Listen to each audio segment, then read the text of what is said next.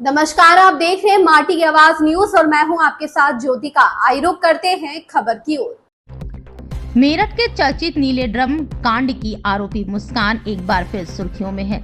जिस महिला पर पति की हत्या कर शव को ड्रम में छिपाने का आरोप है, उसने जेल में एक बेटी को जन्म दिया है। अब बड़ा सवाल यह है कि इस बच्ची के अधिकार और विरासत का हक किसे मिलेगा।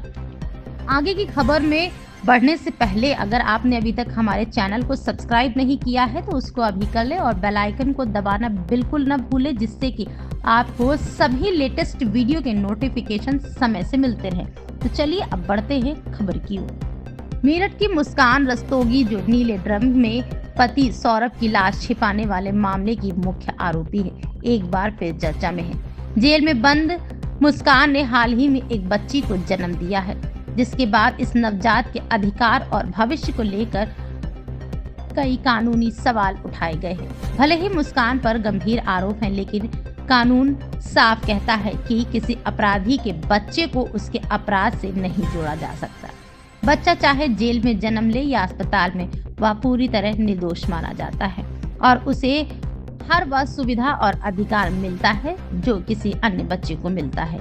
जेल में 6 साल तक रहने की अनुमति होगी, फिर कोर्ट तय करेगी बच्ची कहाँ रहेगी। महिला बंदियों को जेल में नियमों के मुताबिक अपने बच्चों को 6 साल की उम्र तक अपने साथ रखने की अनुमति होती है।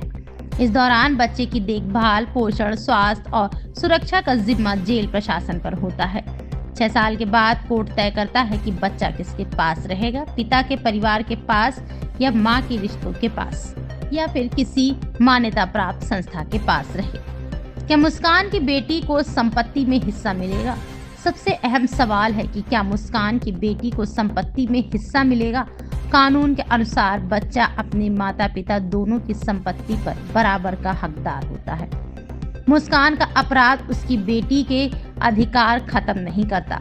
अगर मुस्कान के पति सौरभ ने कोई वसीयत नहीं छोड़ी तो बच्ची को भारतीय उत्तराधिकार कानून के अनुसार उत्तराधिकारी मानी जाएगी। इसका मतलब है कि पिता की संपत्ति पर उसका पूरा कानूनी हक बनता है। जेल में जन्म लेने वाले बच्चों के लिए जन्म प्रमाण पत्र, स्वास्थ्य सेवाएं, टीकाकरण और शिक्षा जैसी सुविधाएं अनिवार्य रूप से दी जाती हैं। चाहे जन्म जेल में हुआ हो, लेकिन कानूनी रूप से बच्चा हमेशा अपने माता पिता की वैध संतान माना जाता है। इस तरह मुस्कान की नवजात बच्ची अपने सभी कानूनी अधिकारों के साथ जीवन की शुरुआत कर रही है। उसके भविष्य से जुड़े फैसले अदालत की निगरानी में ही लिए जाएंगे। आपको ये खबर कैसी लगी हमें कमेंट में जरूर बताएं और चैनल को सब्सक्राइब करना बिल्कुल न भूलें। बने रहिए आप हमारे साथ। मिलते हैं आपसे अगली खबर में, तब तक के लिए धन्यवाद। इस खबर में बस इतना ही। बने रहिए माटी की आवाज न्यूज के साथ।